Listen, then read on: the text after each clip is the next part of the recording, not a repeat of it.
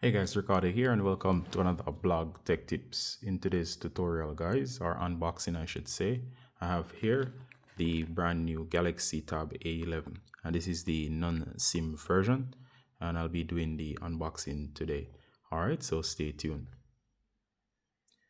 Alright, so the Galaxy Tab A11 comes in the very standard size as seen here. It can also come in a plus variant which features a larger screen and upgraded specifications. Alright, so this is the front of the box, and of course you can see the Samsung logos to the side here, and it's mainly blank to this side. On the back you'll find some product information.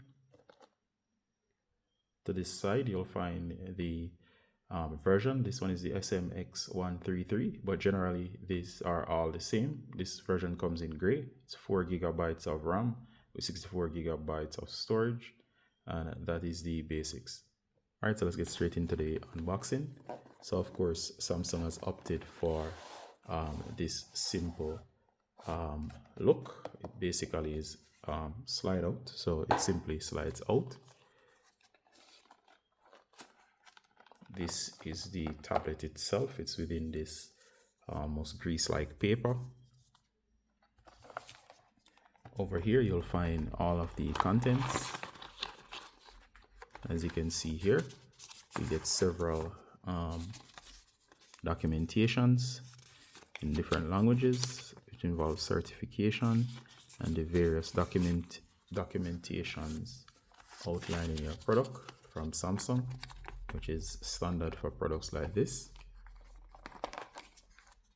Next, we have this breakout from Samsung, again in multiple languages. Alright, so that's it for the documentation. You do get this braided cable, and of course this version of the cable is a plain cable. It's basically plastic, and of course it's USB type C. It does not however come with a charger brick. That's kind of disappointing. So in order to charge this, you'll actually need a charger brick, so bear that in mind. Alright, so that's the charger mechanism. It also comes with a SIM tool, despite this is being the non-SIM variant. I'm wondering about that, but of course we can see what's up with that later on. Alright, so let's pop these away. We're going to go straight to the tablet itself. Alright guys, so here we have the tablet as I was saying, and it comes in this sleeve, and it should be very easy to open. So we're going to peel this section here, and it slides right out. Alright, so you notice the screen, it's a perfect matted surface, as you can see, perfectly black, which is very nice. Let's look at the buttons very quickly. On the sides here we have a hole. I'm not sure what that's about. There is what looks like a power button. This one looks like a volume up and down button, and of course what I like about the gray is it looks very sleek. Towards the base we have a speaker grill. We have what looks like a mic port. We have USB-C. Surprisingly, this still has the headphone jack, if you can actually find something that's headphone jack compatible. But it's nice to see that legacy connection. Top side we have another port. I'm not sure what that is.